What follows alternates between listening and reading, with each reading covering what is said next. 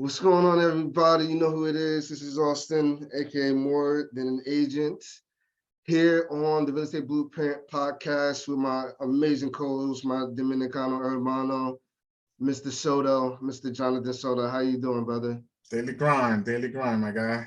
That's mine. That's my word. Okay, so on this daily grind, on this particular episode, we actually got a chance to meet this serial investor at the Develop Her conference last year, and we actually wanted him to come on the show, and we never got around to it, but I'm glad that we finally did.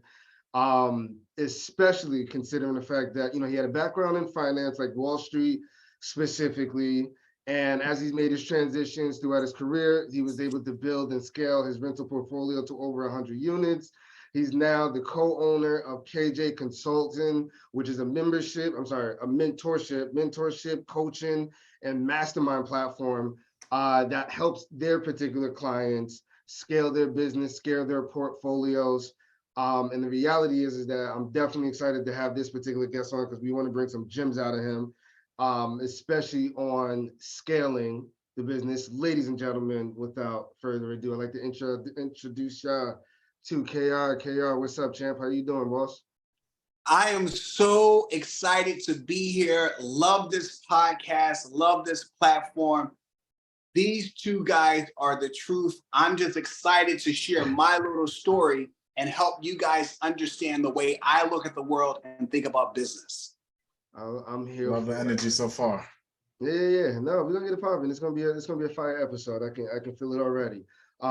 Before we jump into this first question, for everyone that's listening, definitely do not forget to leave a rating and review. This is how we're able to get our podcast out into the world. This is how we're able to share the sugar, share these gems, so that way we're able to, grow our individual businesses and what we're looking to do, whatever that is surrounding real estate. So be sure to like and subscribe. Be sure to leave us a rating and review, and we're gonna jump right into this.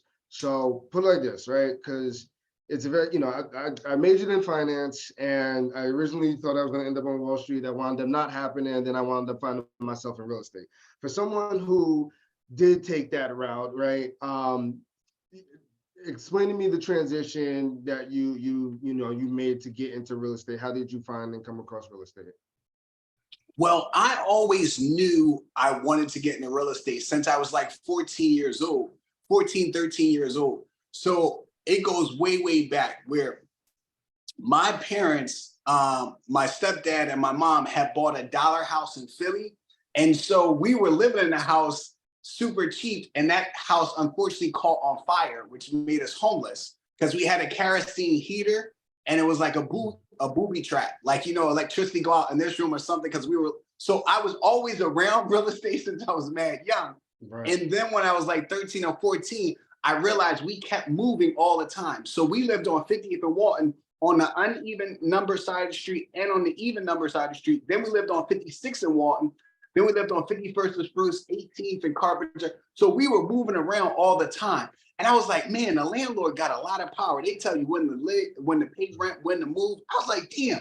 I was like, I don't want to be the bus driver. I don't want to be the drug dealer. I don't want to be the store owner. I want to be the landlord, because that person has so much power. And then also my stepdad, who I called my father, he always was planting the seeds, even though he was broke, talking about he wanted to do real estate and everything. So we would walk around the neighborhood. He would say, this neighborhood's going to change. That's why I bought that dollar house, even though it burned down, all this. So it was already in my head. So I started reading books about wealth creation and also real estate at a really young age, like at 13 or 14. And so I realized that Wall Street was the way for me to go and get some money. And so I started applying myself, got a full scholarship to go to Bowdoin College, and I interned every summer on Wall Street. And so I went to Wall Street with the idea that I was going to eventually start buying houses no matter what. And so I did investment banking at Goldman Sachs. Then I worked at a hedge fund, and I covered US home builders and UK home builders and European financials. But that was like an investor for a hedge fund. And so that was 2009. And I bought my first property. And I said, man, if the world ever come to an end again, I'm going to buy a lot of real estate and quit my job on Wall Street. And so that's how I start preparing my mind for this real estate investing. Started a long couple of decades ago. And so I just was patient. I think things done well are done soon enough. And so the first thing I said is I'm broke as hell, so I need to make sure I make some money, and then later we can get into investing. So I think that Awesome. settles the debate, real estate versus stocks, right? That's a classic. I'm here for it. So, John, were you about to say something? Yeah. No. He actually said a good gem there. Even though his father was broke, he still had that mindset, and he planted those seeds without even knowing. Yeah, That's major right there. Because even though you don't have it, you're still manifesting it through someone else, and people sometimes don't really understand that. And that's a huge gem right there. Yeah. So important. So I was like, this house is falling apart. He's like, oh, it's because I'm an investor. This is gonna make money, even though it didn't really pan out the way he wanted it, but that was his vision. What was that first deal like? I know you used the Wall Street to get that first deal. Oh, what was that first deal? So what I learned early on was that everybody had said, like, say for instance, everybody was saying get an LLC. When I did my homework, there were a lot of programs or a lot of benefits to getting the property in your personal name. So like I will buy a property, let's say for 40,000, and I went to a credit union, American Heritage Federal Credit Union, and they let me put down, even if you don't live in it, they said you could put down 15%. So that means I only had to come to the table with 6,000. But check this out. They said if I go to a class, they'll give me anywhere, I think it was between $500 to $1,000 towards the closing costs, even though I didn't live in a house. So now we knocked that down to 5,000. And this house already had a tenant in there. So what I would do is I would use a personal credit card. They have a promotion at the credit union for like $15,000. You don't have to pay any interest for like 15, 12 months. So I transfer that into my checking account. I use that money to rehab that one of those properties. And then it came back appraised for like $140-something thousand. So now I have six figures from that property where I'm not doing a massive rehab. I'm not doing all this crazy stuff. And so I just started taking advantage of programs like that in your personal name because the interest rate is lower. Another thing I did was I bought a property, let's say for 80,000, but they would, the lender, because I got it in my personal name, they will give me the money for the construction and they will give me the money to buy the property. So say I needed only 30,000 for the rehab, they'll basically say, here's 30 plus 80, come to the table with 25% for the down payment and for the rehab, 25% of the total, 110. And then it's going to be on a 30-year fixed mortgage at a low interest rate. That's 3%, 4%, something super low. And so I took advantage of those programs in the first 9 years. On average, sometimes I may buy 2 properties a year, but I'm talking about on average, it was like not 1 property per year. From 2009 to 2018, I went from 1 property to having 9 properties in my personal name. Nice. Interesting. Do you think that like, as all right, so this first particular deal, right? And scaling, actually I want to scale. Okay, so let's switch to that. As far as scaling, because you mentioned you were starting to buy 2 a year and so on and so forth. What did that system look like for you as far as, were you marketing? Were these more auction properties? Were these MLS? Great question. You know, obviously it's always going to be there's not enough deals that are going around. That's right? a great question. And it's supposed to be like that, right? Like that's not necessarily a bad thing. It's just the fact that it's just not easy. So we got to work within the confines of what the market is getting us. But how were you starting to then at that point, which I know you mentioned, you know, the financing aspect of it, but how are you finding these actual properties? So what's so fascinating is that actually my approach was in the beginning finding properties, I take blessings from everywhere. So the first thing I would do is look at the MLS, the multiple listing services, where you look at Trulia, what have you, see what's available. I also will work with multiple real estate agents and don't sign exclusive contract because they catch what they eat. So if they catch something, they don't get paid. The other thing I would do also is go to like auction.com, and I bought a property for $22,000 that already had a tenant in it. It was a bank-owned property. And what I would do is go and do my research on who's living in there. If it's like a whole lot of drug dealers and stuff like that, I wouldn't want to buy from the auction. But this was like a single mom. And so I found out who was living there, walking down the block, and also looking on Facebook, connected with someone. They said that lady isn't a bad lady. She just had a hard time. That's why she lost the house. And I would go and approach her, put her on a contract a month to month, then ask her to leave for like 30 or 45 days so I can rehab it. And then I'll increase her rent by 50%. And she's been living there ever since. So the way I was finding properties was, one, off of auction.com, 2, going to live auctions, and 3, using the agents that I knew, and also talking to the title companies and also the banks to see if they knew anyone that was selling. So I just let people know, look, I'm trying to look for houses. I didn't use like PropStream and start calling all these people. I didn't do that. I used my personal connection with a lot of people. Gotcha. So from 09 to 18, were these single family homes, 2 families? All single families, 3-bedroom, 1.5 bath. Nice. Yeah. So it's like the same, it was the same principles I used. I said, I didn't want to buy a house on the corner of the block because then it's going to have more windows and it's going to have more concrete work and more likely to have accidents. So I will buy a house that's in the middle of the block with similar square footage, because then I can get it down to a science. I know exactly how my bathrooms are going to look. I know how much I'm going to have to use on supplies. And then I would just repeat the same process and be able to go to the bank and say, look, I just did this a year ago or 9 months ago. I want to do the same thing again. It's a similar house. You're not going to take on a lot of risk. I'm not jumping around focused on 15 different deals. I'm focused on one thing. And I've been able to keep everything down. I'm always below budget, and I've always hit it out the park when we do the cash out refi. It's a lot easier to do well, focus on one thing than doing 15 different things at the same time. And this is, and I didn't use hard money lenders either. And I believe this is all down in Philly. Yes, the first 8 were all in Philly, and then I bought in 2018. I bought the first property in Harrisburg because I started to see the Philly market was getting expensive. In Harrisburg, okay, and then and I do want to talk about that. Just investing like kind of outside of your backyard, for the most part. Now, as you go in your portfolio, I know people are going to be listening to these, listening to these prices, and they're going to be like, okay, 20,000, 50,000, 60,000, like prices aren't there anymore, right? Like, is that, now that you've been doing it for so long, are those still the same strategies that you use?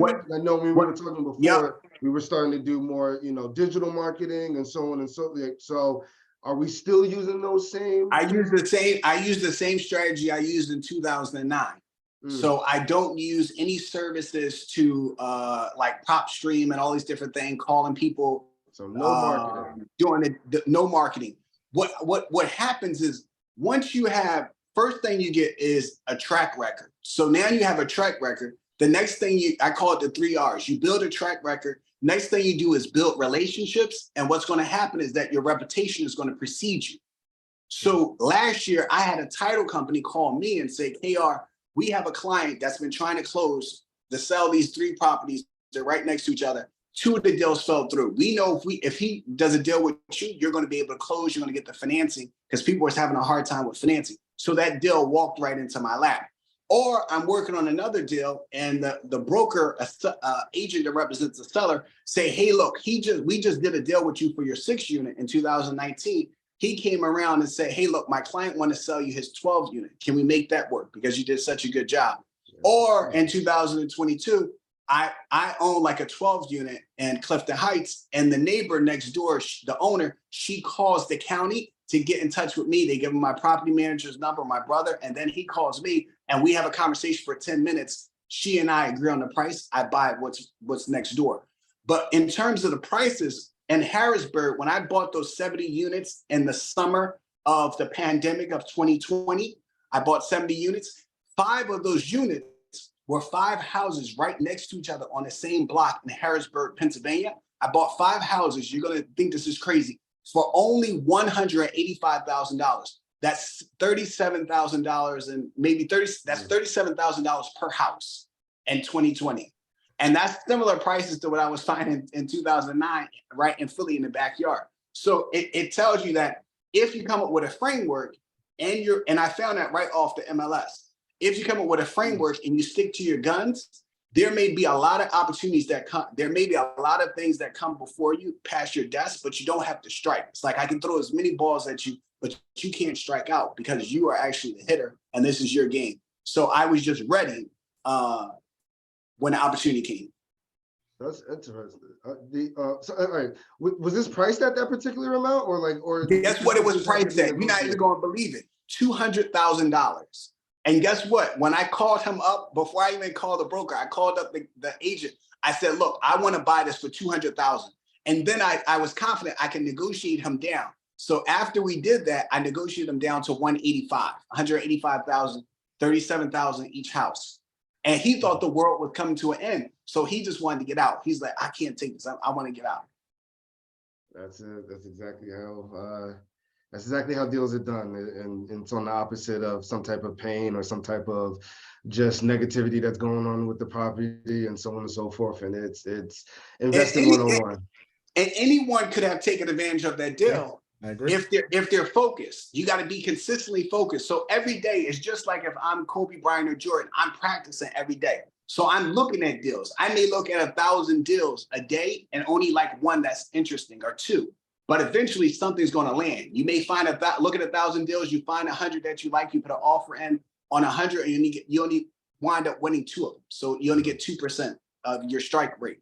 But the thing is that if you consistently do it, that's what's going to differentiate you from everybody. Like your best day and my best day, your best day may actually match my best day or actually might outperform my best day. But trust me, my best week, my best month, my best year, my best decade is going to outperform you because I'm being consistent. I'm not just working smart, I'm working hard and smart over a long, sustainable period. That is what's going to differentiate me from you. Because you might say, oh, I looked at the MLS today, I didn't see anything. I'm going to look at it again in 10 years or 10 months. I'm looking at it on a regular basis, so I'm going to find something. That's a gem right there. So 2 things you said. I think, did you say your property manager is your brother? Oh, yeah. So I own my own property management business. Okay. And so what I did is, what I do for my family is I give them equity in some of my LLCs. And I also hired them to be agents. So my brother helps with the business and my stepmom. Nice. That's love right there. And then you jumped from a single family homes. Was that a 5-unit or did I hear a 70-unit in 2020? So this is the whole story. So one, I bought single family house in 2009. By 2018, I had 9 single family houses. By 2019, I had 35 rental units. 27 of them were in apartment buildings. So in 2019, I bought a 12-unit, I bought a 5-unit building, I bought a 6-unit building, and I bought a triplex. And I already had 9 houses. So I went from 1 unit in 2009 to 9 units in 2018 to 35 rental units in 2019, and then 105 rental units in 2020. So in 2020, I bought 5 houses on the same block. In addition to that, I bought 65 rental units. One was a 24-unit apartment building. One was a 14-unit apartment building with a restaurant. One was a 12-unit apartment building. One was a 9-unit apartment building. One was a 6-unit apartment building. Nice, nice. And that was in Harrisburg? No, did you scale that actually was in the scale? Philadelphia area. So in Harrisburg, I owned a 14-unit apartment building, and then I owned 6 single-family houses, and then everything else is in the Philadelphia area. So it's in Philadelphia, and when I said the area, that means it's also in the suburb as well. Got it. Gotcha. Would you ever? Okay, so you still have the single families, right? Absolutely, I'll never give my babies away. Those interest rates are so low. It's crazy. Actually, yes, I can imagine. I can definitely imagine, like dirt cheap. I was going to ask because some people they buy and they will hold until forever, refi until they die, right? Yes. And some individuals are like, okay, well, I'm starting to scale and I'm starting to offload my single families, my duplexes, to now roll those into your 6, your 8s, your 12s, your 16s, right? So obviously we have your opinion on that. You wouldn't sell at all, not 1031 in, not never. Because what I've done with the single families, they're locked in for 30 years, interest rates of like 3.2%, 3.3%, 3.4%. The cash flows is ridiculous. Some of those buildings, 500, 600, 700 I know that those buildings are going to be paying me regardless. Right. And what I've done is I've done cash out refis. They're like a piggy bank. So I've been able to take like a few $100,000 out of one house over that decade or what have you, because you can keep refining and don't have to pay any taxes. So it's so hard. Like once you find somebody that you really love and you jive with, it's hard to break up with that person because you don't know it's going to work. So I'm keeping them. Everything else may fail, but I know they've been good to me for good. I'm definitely not going to let them go. That's interesting. Okay. Is the focus now that you started grabbing the bigger units now, because this is the most recent, 2020. I don't know if you know, anything in 2021 or 2022, but the do you see yourself going back to single families, or you're going to leave that in the past that you know, been there, done that? Well, and we're only going to do bigger units from now on. Well, what's interesting is that I believe the only thing that is constant is change. So you have to be comfortable with change and uncertainty, and you have to be nimble. So in 2022, I bought 14 units. I did buy a 5-unit apartment.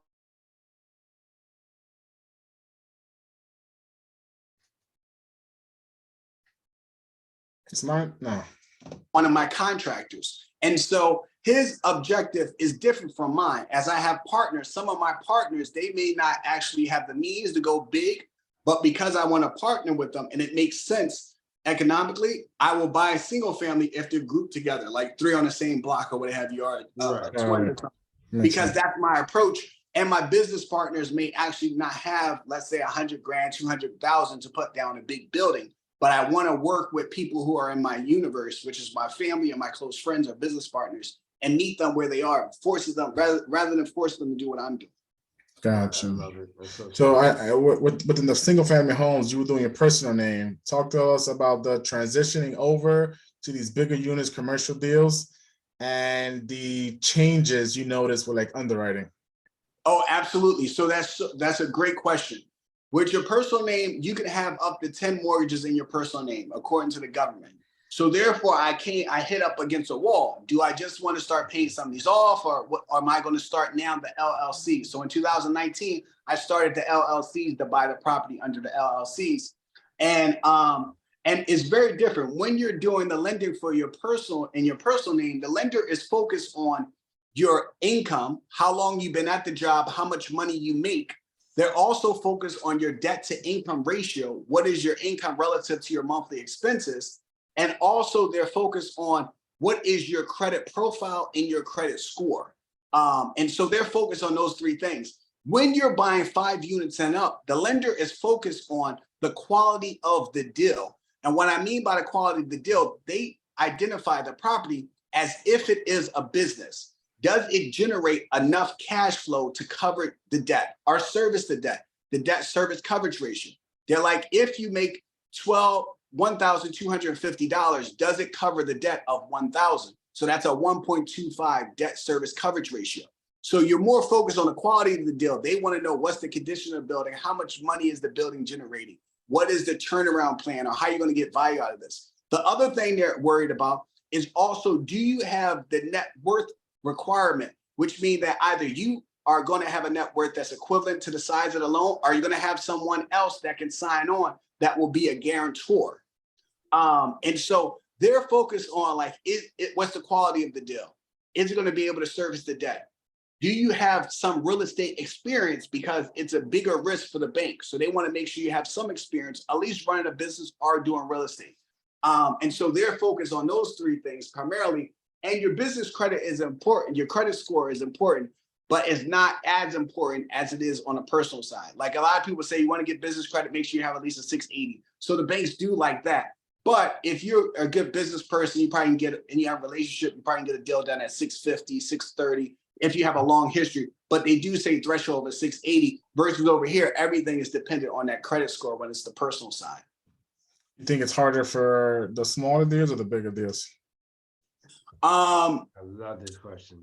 In terms of, I actually think that it makes it harder to qualify for a business loan.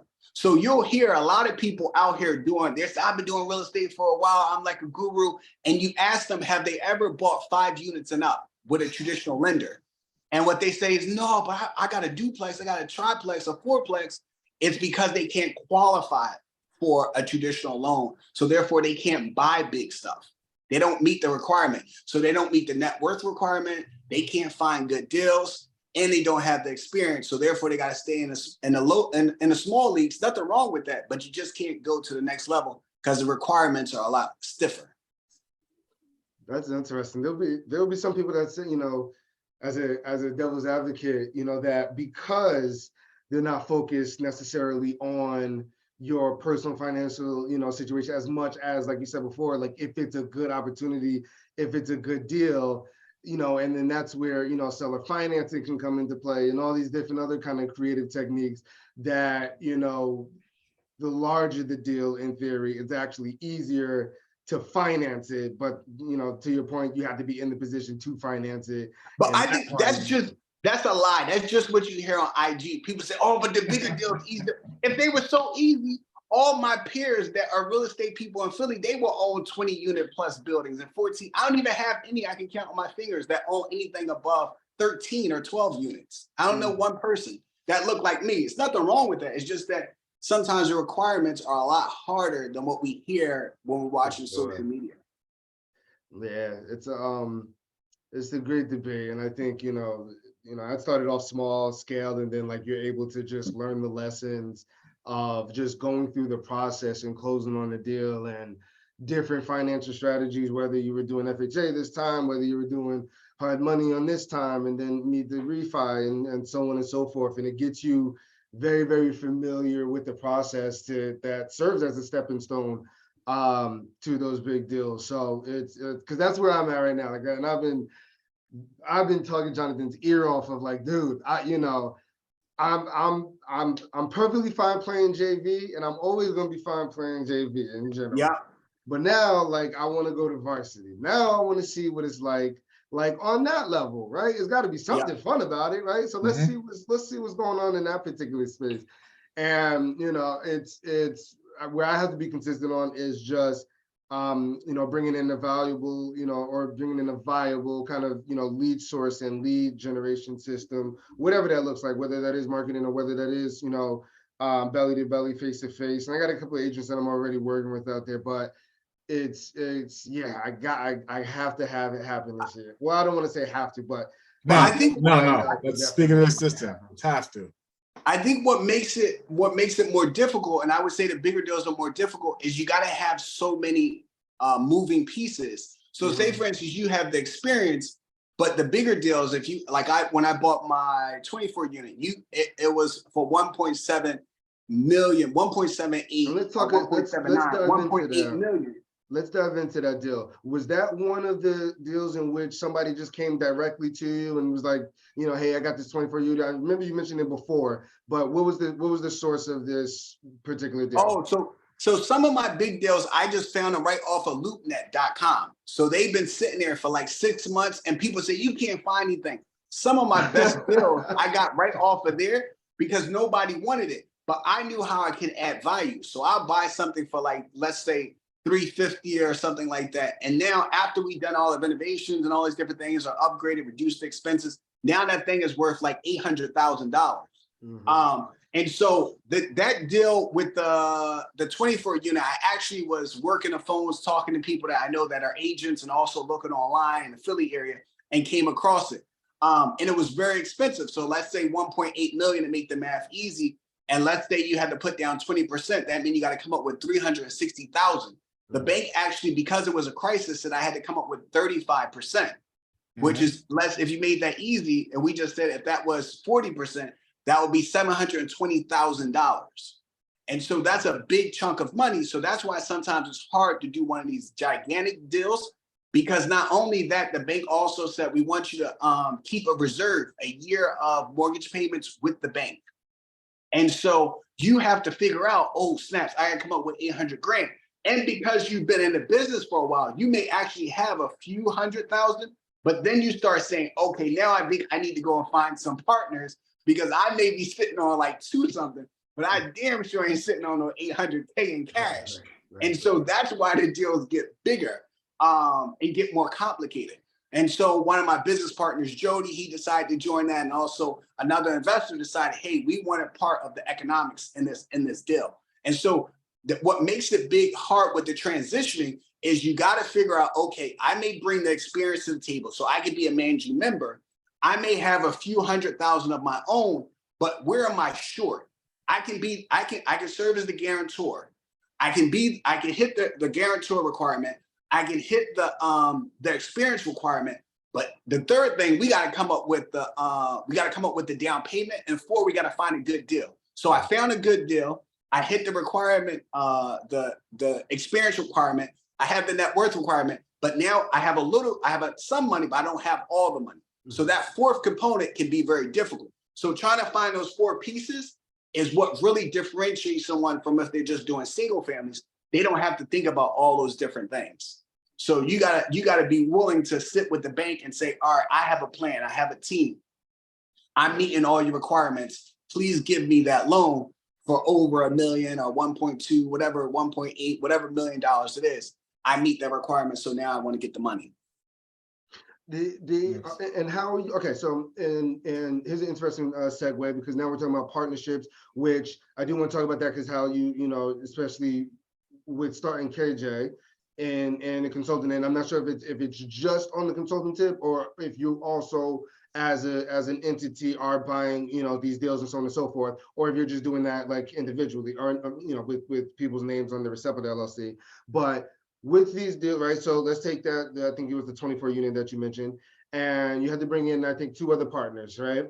Yeah. So you have to bring in 2 other partners. Now, how are you, depending on how much info you can obviously give about the business structure and so on and so forth, but are you just 33, 33, 33? No, so I own 67% of my 24 unit. My 14 unit building, I own 80%. Okay. So I'm not like one of those people that say, oh, I did syndication, I own 1% of 100 units.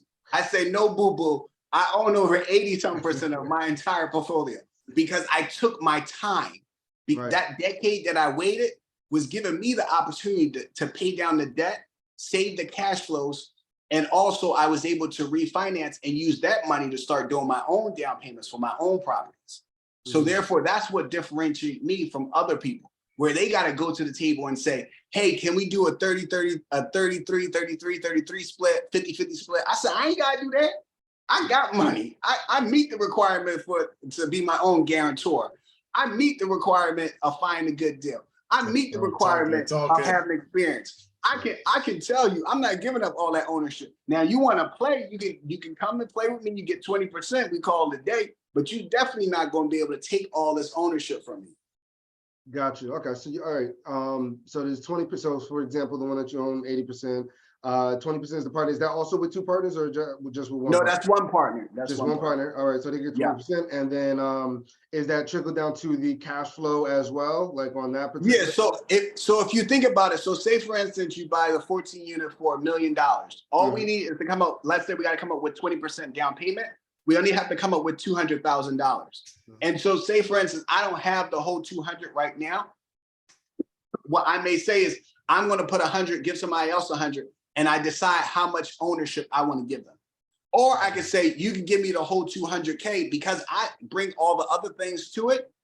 I'm going to make sure that you get a preferred coupon, a preferred payment every month. And then we do a cash out. You're going to get your money. You're pretty much going to get your money back. So because I bring all these things to the table, it's not like I'm 100% desperate, because what I could do is that 20% requirement, one of my properties that are free and clear, I could just use that as the collateral for the down payment for this this new apartment building. And last question, Mike, would you say it again? When you cash out, do you, or if it, you know, if all the properties are not there just yet, but when you're refinancing, are you looking to then take over ownership 100%, or are you keeping? No, I don't do that. I don't do that for my partners, because to me, that's just you're just using the person for a short-term thing. I'm not a one-night stand person. So you could potentially do that and say, look, our partnership is over. I needed you to give me $100,000 for the 5 years, or let's say $200,000 for the 5 years. I gave you all your money back. Go about your business. That's, I think, is short-sighted. So what I do is we'll make sure that eventually you're going to get your 20%. You'll get your $200,000 or what have you, or your $100,000, how much you put in. But you're my partner on a long term. That the benefit is that you decide to get in bed with me and decide to partner with me. So I'm fundamentally going to change your life. It's not just a one-night stand where you gave me the money, I pay you out. Some people do that. I don't do that. I got you. No, it's just you mentioned questions to find out how to start structuring these deals. But go ahead, John. Sir, you mentioned you put up your single family Colorado that was debt free. Are they putting a lien against the house for the down payment? Oh yeah. So what they would do, what they potentially do. So say for instance, you want to get this 12 unit on your own, and you have a house that's free and clear. So I bought the 12 unit in 2019 for $450,000. 25% is like $112,500. So instead of coming out of pocket, what I do is call the bank and say, look, I have a free and clear property that's worth, let's say 150 grand or let's say 200 grand. And they said we could put a lien on that property to give you the money for the down payment. So that property is 200K. They're able to take out, let's say 80%, 160, but you don't take the whole 160. They're just able to use the 160. And pretty much that's like the money that you're going to use for the down payment. Or it'll be like 112 or something. So you're right, where they could put a lien on something else so that you can buy this apartment building over here. Does it have to be free and clear, or do they accept? No, it doesn't. It doesn't have to be free and clear. So say it's just a building, and let's say it's worth 200,000, and you already have a loan on there for 80,000. So you have 120,000 left in equity. They'll probably say we could take like 80% of that or something like that. So they'll give you like 80%, 90 something, and then say you got to come to the table with the difference. So it's like kind of like a HELOC. Nice. Interesting. And then you basically can't double dip. You can't say your net worth because you're taking some more equity out. Whatever's left over is part of your net worth to qualify. Oh yeah, but your net worth is actually going to go up because you would not have this 12 unit apartment building, this new building, if you didn't borrow from one of your other buildings. Bingo. So the overall pie gets bigger. Gotcha. No, for the qualifying factors for the 12 unit, I know some factors is net worth to qualify for. Oh yeah. But if you're trying to be the guarantor and you up against the wall, you definitely need to go find yourself another guarantor, because that's cutting it too close. Yeah, exactly. Like, just because I took 100 over here, the bank gonna say you ain't getting like get out of here. Yeah, like if they're talking about you got to have $1 million net worth, not including your house, and if I move one little 100 grand, I miss. They gonna give you the money. You're gonna have to be a little bit more comfortable to be the guarantor, at least 1.5. So that comes down to like 1.4, and this moves over here. But overall, the thing should balance out and slightly goes up because of the new building. So they don't look at your personal primary residence, only investments, right? Yeah, when they're trying to determine if you really can be a good guarantor, because the bank is taking a risk, right? So they're saying we're about to give you, let's say, $1.5 million for this apartment building. They're going to say, of course, you live in your personal house, and that's nice. It's just like if you're trying to invest in like hedge funds or private equity and stuff like that, and they say you have to be a qualified investor. So you have to make a certain amount of money, and they don't include your personal house. The banks are going to be use a very similar approach for when they think about the guarantors, because it's all about risk, and the banks are risk averse.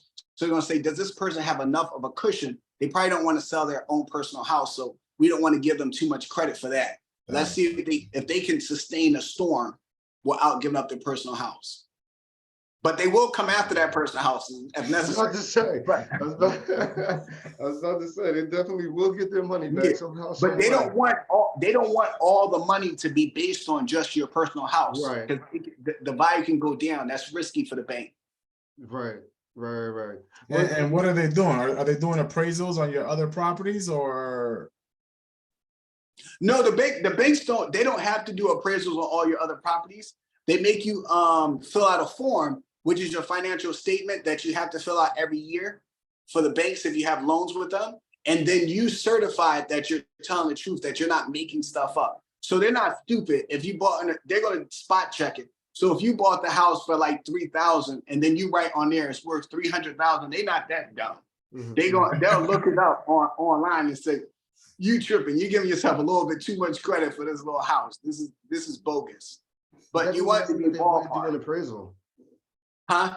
I said it's interesting that they wouldn't do an appraisal though. But that's no, the reason why they do an appraisal on the building that you're about to buy and the building that you're using for collateral.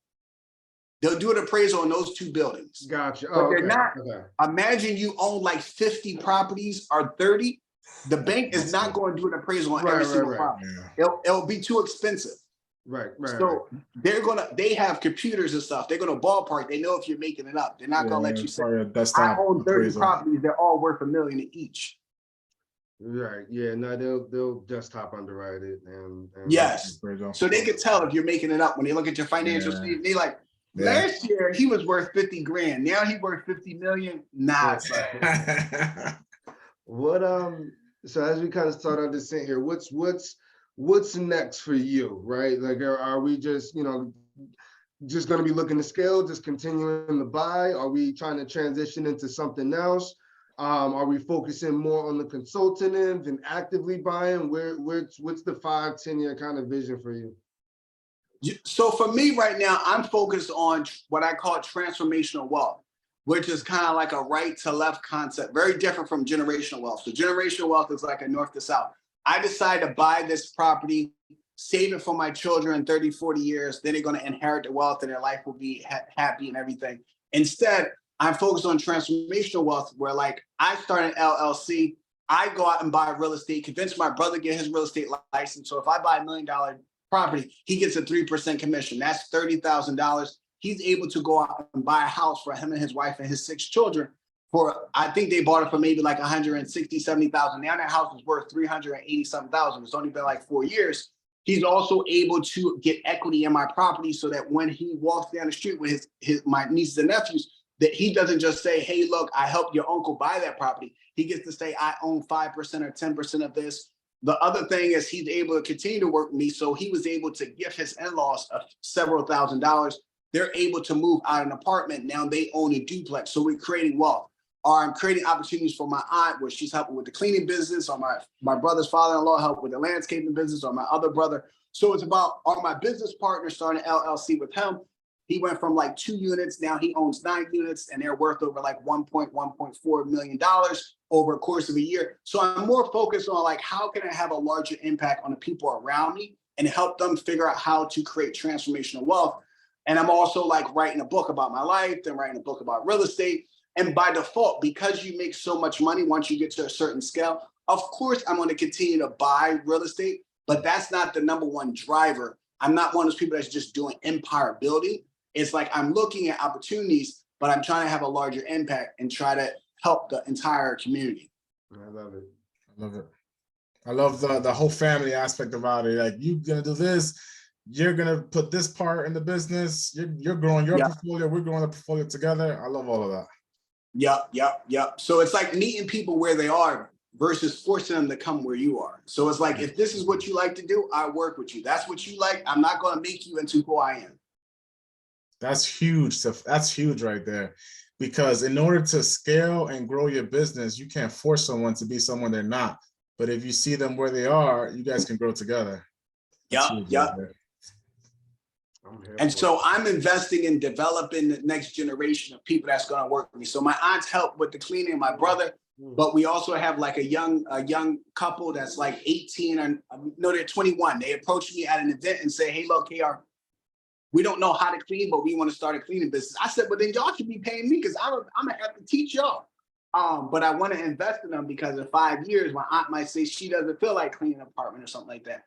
Or my brother may not want to do that. And so I want to make sure that I'm thinking about the future, because what happens is when you're smaller in this investment business and this real estate business, what I used to do is run the real estate streets. You'll see me walking through rehabs, going to Home Depot. That's nice and everything. But now what I do is I run through real estate contracts and systems and processes. And I'm working on my business, not necessarily in my business. Yep. So I'm thinking about the big picture. How do I set it up that it's sustainable and it can work clockwise without me 100% doing everything?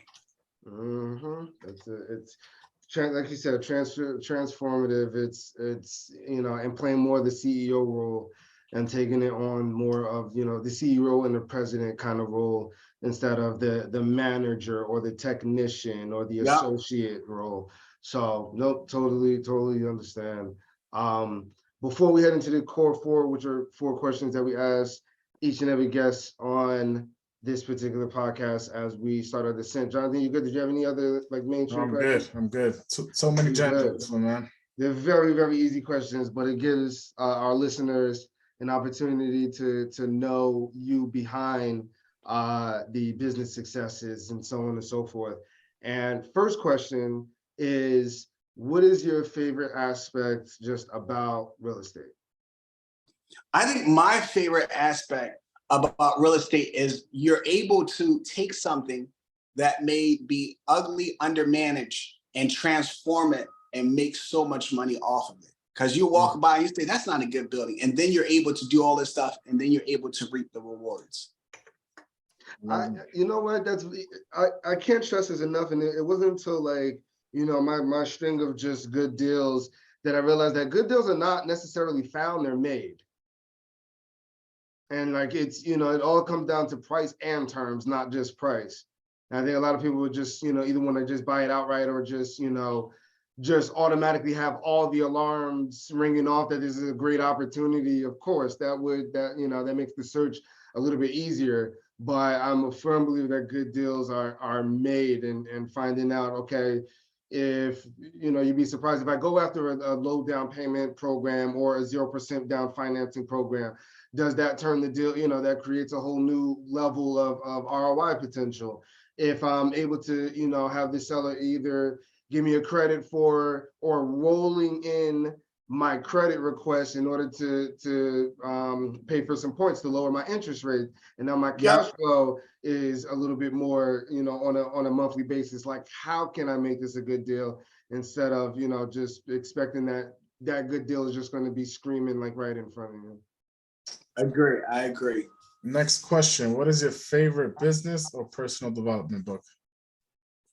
You said my favorite business or personal development book. He's like, mine. That's who's. well, personally for me, the book, and I think people got to figure out what works for them. But for me, it was the Bible that really started me to believe like a child and look at things very simply and realize that if I had to actually work at things and also have faith in the unseen, because I cannot see a lot of success and massive wealth, but I had to have faith that my hard work would turn into it. So that was the book that really had a big impact on me. That's a first. Shout out to you, bro. That's a first. And I think Julian likes to say the Bible, you know, stands for basic instructions before leaving Earth. Nice. This is pretty interesting. That's a first. Shout out. Nothing but respect for that answer. Question number 3. When you're not out building this transformational wealth, bringing your family along, consulting clients and helping them get to where they're looking to go in their respective spaces and businesses, what are some of the fun things that you like to do in your spare time? Well, this week, I'm going to be going to the Sixers game. So the Sixers and the Knicks are playing, and I'm also the Sixers in the Knicks. You playing my team? Oh yeah. We're playing on Friday, so I'm going. My title company. Okay, this is gonna be interesting. And so I'm going to go to that, and it's very likely I think I'm going to go to a Flyers game on Thursday. Nice. And then I like to go out to eat. I love sports, so that's what I like to do for fun. Okay, Philly in the Super Bowl. So this Sunday. Oh yeah, it's crazy. I'm so excited. I'm on fire. Man, you guys are the sports world. You guys doing good. The Phillies were in the World Series. Y'all lost, but y'all still made it. And now Phillies in the I know, it's crazy. Super Bowl. So y'all guys doing good. I'm a New Yorker, so my Yankees and my Giants. So that's fine. That's off topic. Question number 4. Where can people find you? So people can find me at KayJay Consulting on IG, which is KayJayConsulting on Instagram. And we're also on Facebook. And then our website is www.KayJayConsulting.net. Nice. I love it. Bonus question. I forgot to ask you. You mentioned LoopNet and you added value. What did you see that all these other investors in that 6-month period on LoopNet did not see? So what's fascinating is it's just like I think Warren Buffett talked about a lot, about how he learned how to analyze companies and he came up with his own framework for finding them. And so what we've done at KayJay Consulting is we figured out a way to analyze different markets and analyze different deals. And so we're so focused on if these things hit our check marks. So we're like, okay, does it, like on my website, we have our KayJay Consulting real estate investing bundle, where we have our financial deal analyzer, and we put numbers in there. And if it looks good, then we decide to take the plunge. If it doesn't, we move on.